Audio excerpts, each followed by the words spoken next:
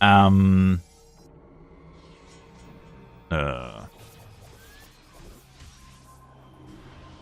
Also, das haben wir uns schon durchgelesen.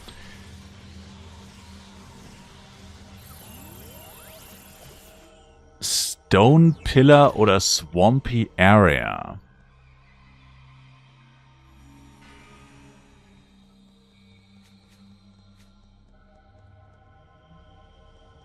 Ja, das ist natürlich blöd, dass das die Skills sind, die danach kommen, ne? Aber gut, es sind ja nur die Bonuseffekte. Aber macht mehr Schaden. Ne, wobei, increasing magic damage they receive and reducing physical damage they receive. Also muss man aufpassen, wenn du jetzt im Dungeon bist, würdest du damit deinen Schaden boosten und den von deinen Teammates, die keine Magier sind, würdest du verringern. Gut, was wahrscheinlich wurscht ist, weil im Dungeon macht ja eigentlich der Magier den meisten Schaden, aber ja. Okay, und der Bonuseffekt, also ja auch blöd, wenn ich das jetzt einmal skille, kann ich es ja auch wieder nicht ändern, ne? Ja gut, aber das kann man sich eigentlich denken. Also hier werden mehr Gegner getroffen, die explodieren. Mich würde am meisten das mit der Explosion interessieren, weil das ist eigentlich der AOE-Effekt, würde ich sagen. So, und vor allem der Schaden davon würde mich jetzt mal interessieren. Aber Moment mal, muss ich das jetzt hier aktivieren? Nee, Stangle-Thorns Level 5 steht jetzt in dem Skill mit dabei. Oh, ich glaube, ich muss Quickcast deaktivieren dafür, sonst greife ich das Totem nicht an. Quickcast mal rausmachen. Okay, 30 Jahre Cooldown, passt. Okay. Erstmal 30 Jahre Cooldown.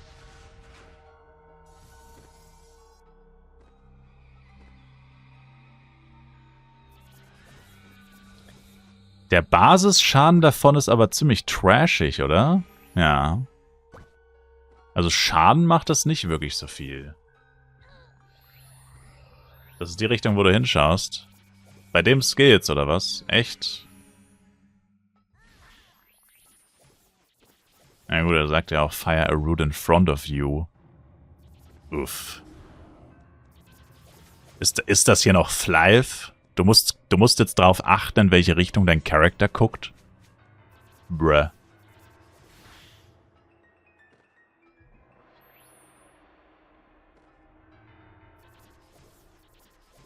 Getroffen. 18.000 Schaden hat's gemacht. Wenn ich das gerade richtig gesehen habe, die Explosion hat 150 gemacht. Roots will explode once they hit an enemy, dealing damage to enemies around them. Also, ich hätte jetzt gesagt, okay, der Main-Effekt soll wohl schon kein Schaden sein, aber doch.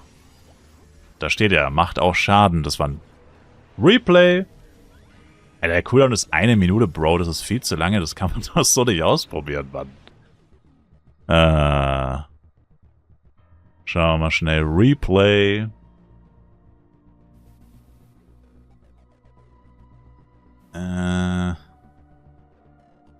Oh, da war's schon. Hier. 182. Also dieses Dealing Damage to Enemies Around, das ganze Knicken, das macht literally nicht mal 1% Schaden. Bruh. 182 macht dieses, wie heißt das? Stangle-Thorns. Hast keinen Gegner in der Nähe gehabt? Ich bin mir ziemlich sicher, dass das der Schaden war.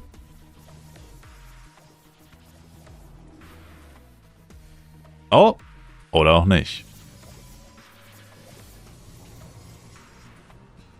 Okay. Aber was waren dann die 180? Die wurden gerade gar nicht angezeigt, oder? Uff.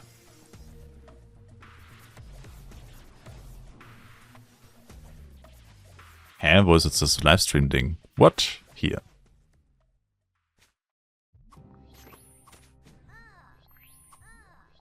Wenn Waterbomb prockt, ist wieder nice. Oh, war das gerade ein Waterbomb-Proc? Könnte auch sein, habe ich nicht drauf geachtet. Verdammt. Junge, warum hat der Skill 1 Minute Cooldown? Das kannst du doch so nicht ausprobieren, Alter. Du musst jedes Mal 1 Minute warten. Das ist Ass, Alter. Haben die alle 1 Minute Cooldown? Oh, die anderen waren 30 Sekunden. 30 Sekunden. 2 Minuten Cooldown? What? Junge, wie soll man so irgendwas testen, als ob ich jetzt hier 2 Minuten auf jeden Skill warte? Das ist ja geistesgestört. Okay, nein, es war nicht Waterbomb. Okay. Gut, nevermind, es macht genauso viel Schaden. Guter Call, Krauschi. Nochmal kurz double checken, aber das müsste eigentlich genau der gleiche Schaden gewesen sein. Also, wahrscheinlich dann wieder reduziert von Hurt-Effekt. Ah, da war's. Ja, 19.000, 16.000. Na gut, die 16.000 könnten Waterbombs sein, wobei die Waterbomb-Animation ist eigentlich nicht da. Okay. Ja. Okay, ist nicht schlecht. Wobei natürlich, das mit diesem, dass du immer nur Gegner vor dir triffst, das ist halt schon irgendwie schlecht, TBH. Also das ist schon sehr, schwierig.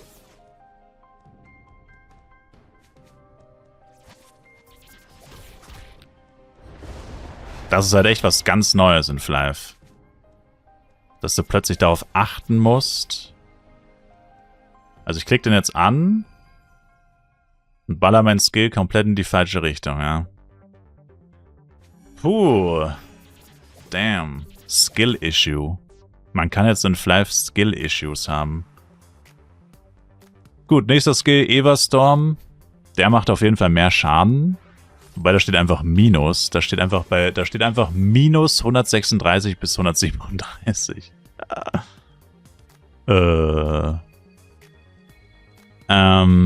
Becomes surrounded by storm clouds, periodically striking a nearby enemy with lightning. Lightning strikes always shock targets. Strikes that hit shock targets always deal maximum damage. Und was ist davon die Variation? Damage is increased. Strike Interval is shorter. Skill Duration is increased. Was ist die Skill Duration? 13 Sekunden? Ah, nee, von 10 auf 13. Ah, warte mal. 25? Oha, wenn du das hier machst, dann hält es 25 Sekunden mit 30 Abklingzeit. Dann ist es fast eine also da hast du einen Cooldown von 5 Sekunden. Einen effektiven Cooldown von 5 Sekunden, wenn du das hier machst. Ja, dann machen wir das doch mal, dann kann man es auf jeden Fall besser angucken.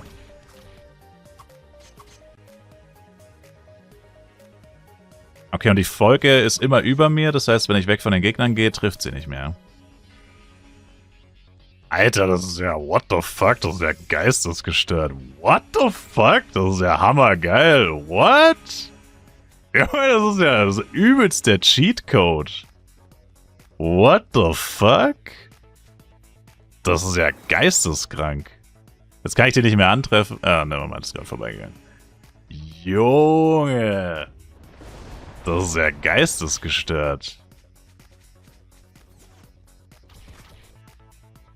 Ja, ich glaube, das ist mein neuer Lieblingsskill.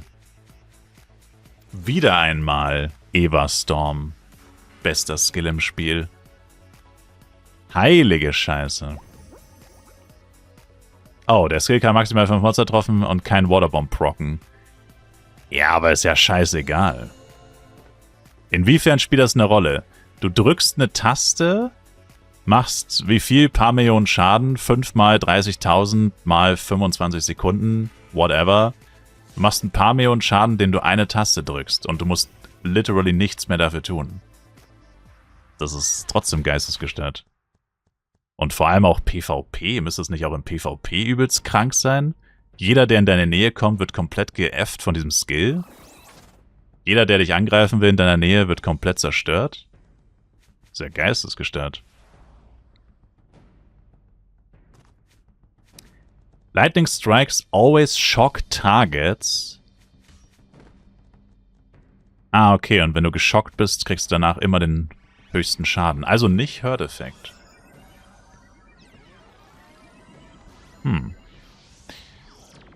Okay, also das ist auf jeden Fall viel besser als der erste Skill. Der erste Skill gefällt mir nicht, dass du zielen musst. Das gefällt mir bei dem ersten Skill nicht, dass du daneben, also dass du nicht das Monster angreifst, was du angeklickt hast. Das ist für Flive irgendwie komisch. Dann, was macht der hier? Der macht auch wieder viel Schaden auf jeden Fall. Damage over time, 0,5 Sekunden.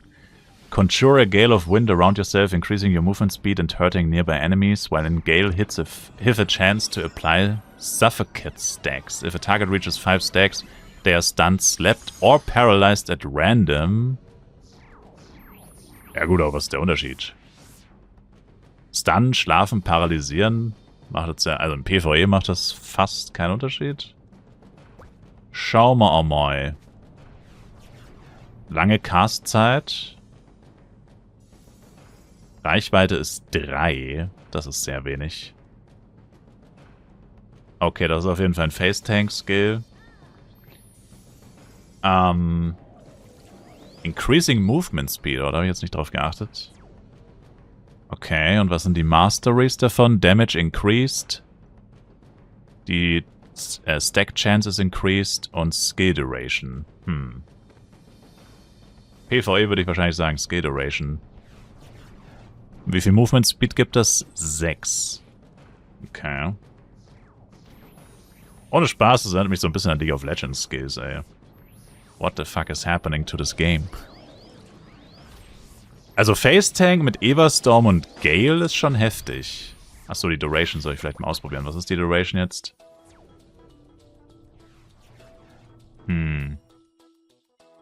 Herrscht der gar nicht da, oder? What? Da steht keine Basiszeit. Da steht nur eine Beschwörungszeit und eine Abklingzeit, aber nicht, wie lange der Skill hält. Also jetzt mit maximaler Skill Duration 8 Sekunden. 8 Sekunden. Ja.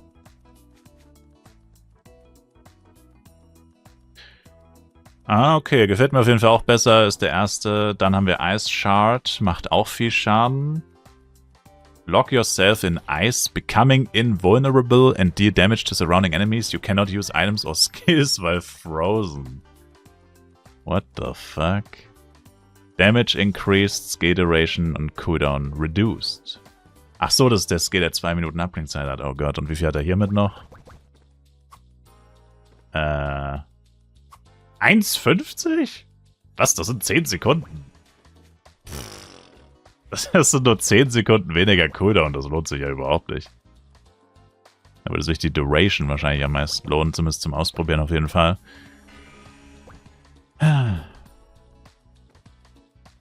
5 Sekunden. Ich kann mich nicht bewegen. Oh, die Abschlussanimation ist schön. Die können wir uns dann in 2 Minuten nochmal angucken, die Abschlussanimation. Replay! Das schreit ja förmlich nach einem Replay. So. Ups. Eieiei.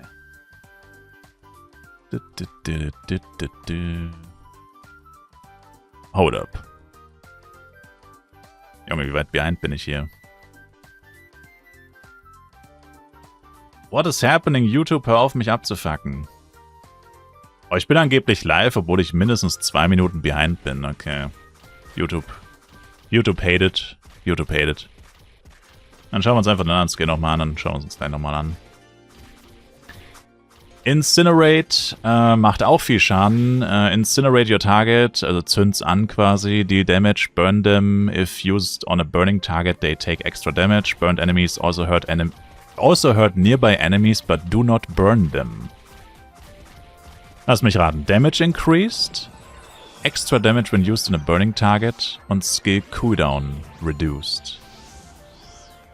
Na gut, das ist jetzt tatsächlich egal. Dann machen wir Cooldown zum Ausprobieren. Okay. 5 Sekunden. Also ist das das neue Hot Air oder was? Das ist Hot Air 2.0 basically. Hält nur nicht so lange.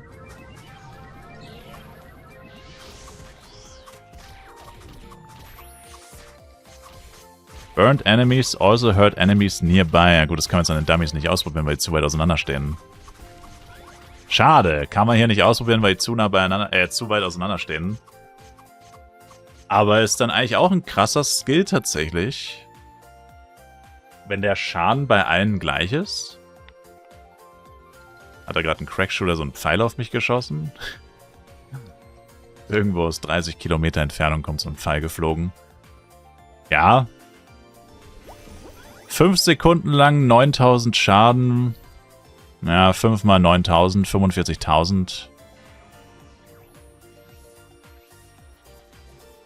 Boah, gut, also er wirkt jetzt nicht so krass, müsste man mal beim Leveln ausprobieren. Der Schaden wirkt irgendwie ein bisschen low.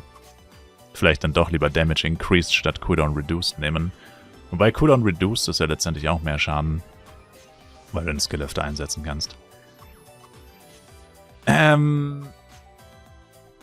So, jetzt nochmal das mit dem Ice Prison. Diese Abschlussanimation hätte mich nochmal interessiert von diesem Ice Shard.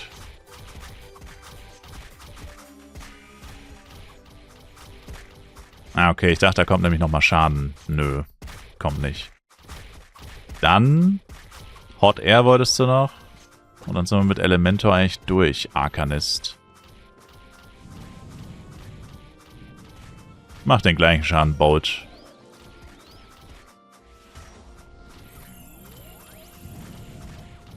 Wieso hält Hot Air? Achso, weil es Level 7 ist. Okay, also ich würde sagen, die besten Skills bei Arcanist. Ich meine, es gibt auch die ganzen passiven Skills, aber da es passive Skills sind die eigentlich wurscht. Das ist einfach mehr Geschwindigkeit und mehr Schaden und so weiter. Ist jetzt ja egal. Da kann man nichts ausprobieren. Also ich würde sagen, die beiden interessantesten Skills sind auf jeden Fall Everstorm und Gale. Die werden wahrscheinlich den meisten Impact haben. Ice Shard ist halt PvP, aber Elementor wird im PvP eigentlich eh nicht so wirklich gespielt. Oder ist auf jeden Fall keine der krassesten Klassen. Incinerate kommt darauf an, wie viel Schaden das dann auf andere Ziele macht. Aber die Dauer des Skills ist, glaube ich, zu niedrig. Und dieses Entangling Roots, das ist, glaube ich, der größte. Das ist, ich weiß nicht. Ich glaube, das ist für Flive-Spieler nicht die richtige Art von Skill.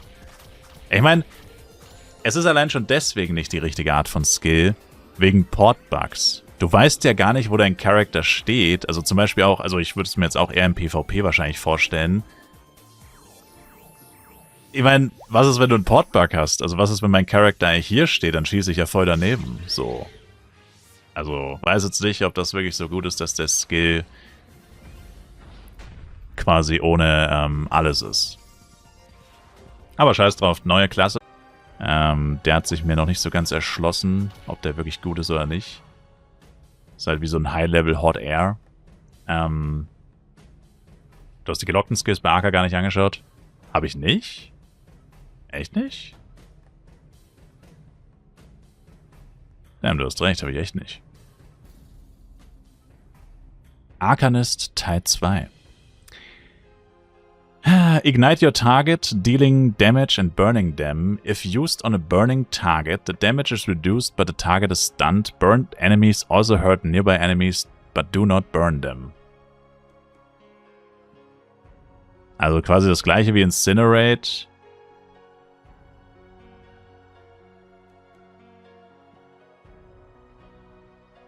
Aber du stunnst? Eigentlich fast genau das gleiche wie Incinerate, nur dass du stunnst und dann weniger Schaden machst. Das klingt ass, ehrlich gesagt. Das klingt nicht gut. Für PvE. Tidal Omen. Freeze your target in a water bubble, stealing health from them. Klingt aber auch nicht wirklich wie ein PvE-Skill. Geschwindigkeit plus 0, also werden halt festgesetzt. Lebensentzug 10. Klingt auch auf jeden Fall wie ein PvP-Skill. Gust. Spawn a gust of wind that pushes back nearby enemies, increases magic resistance and ranged block chance. Also wie Eye of the Storm. Nur, dass du noch deine Magic Resist erhöhst. Und Ranged Block, also auch PvP. Thunderstrike. Call upon a ball of lightning towards your target, which will chain to nearby enemies. Has a chance to shock enemies hit. If the ball hits a shocked target, it will always do maximum damage.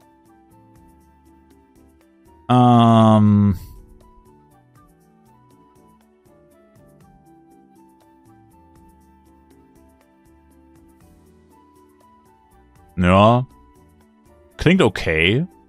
Auf jeden Fall kein PvP-Only-Skill, wahrscheinlich.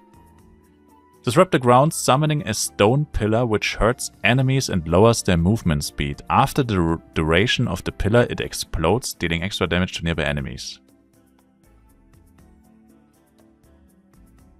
Lowers their movement speed. Könnte Hit and Run vielleicht sogar relevant sein. Geschwindigkeit minus 20. Oh, nochmal Geschwindigkeit minus. Swampy Area. Macht aber keinen Damage. Basisschaden 20 bis 30. Oder nicht viel. Create a swamp at a selected area, slowing movement speed and dealing damage. Enemies in the swamp cannot use movement skills.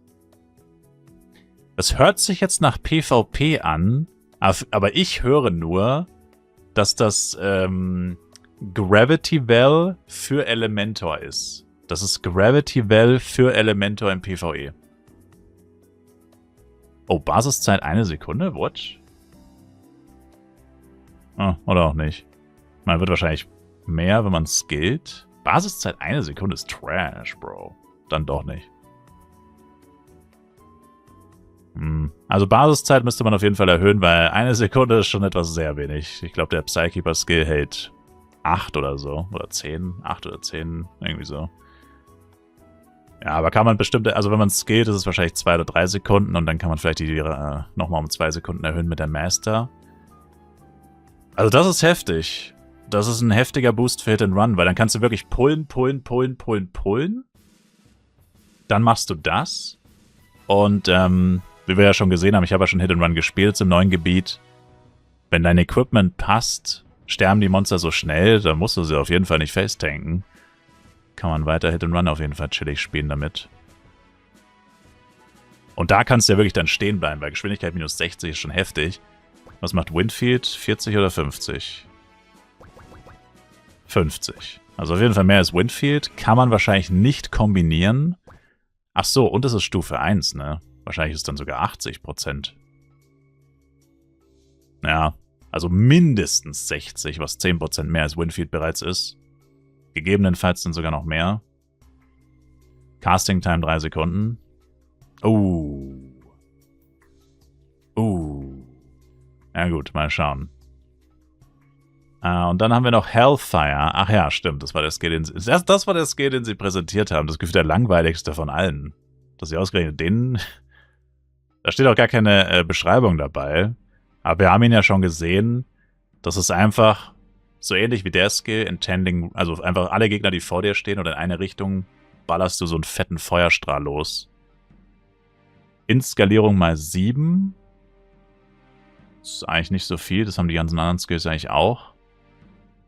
Base Time 250. Also Damage over Time, okay. Ja gut, Damage over Time ist dabei. Steht jetzt keine Beschreibung. Okay.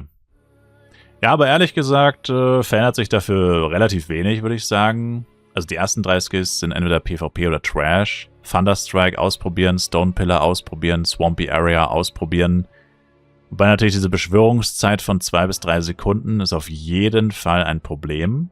Weil das kannst du halt mal nicht schnell einfach so casten und weiterrennen. 3 Sekunden einfach mal kurz stehen bleiben ist schwierig. Vor allem bei Hit and Run, aber generell auch. Ich meine, niemand will einfach 2, 3 Sekunden stillstehen. Ja. Und die passiven Skills haben wir, die haben wir uns aber angeschaut, oder? Die hatten wir uns angeschaut. Ja. Also, das muss ich mir auf jeden Fall aufschreiben. Muss mir generell dann noch ein paar Notizen machen zu den Skills. Ich wollte eigentlich jetzt immer so ein bisschen mitschreiben. Jetzt 4 Stunden auf dem Server verbracht, das kann ich mir unmöglich alles merken. Aber also das eine ist auf jeden Fall viel zu viele Skills. Also ich habe jetzt auch bei keiner anderen Klasse, niemand hat so viele passive Skills.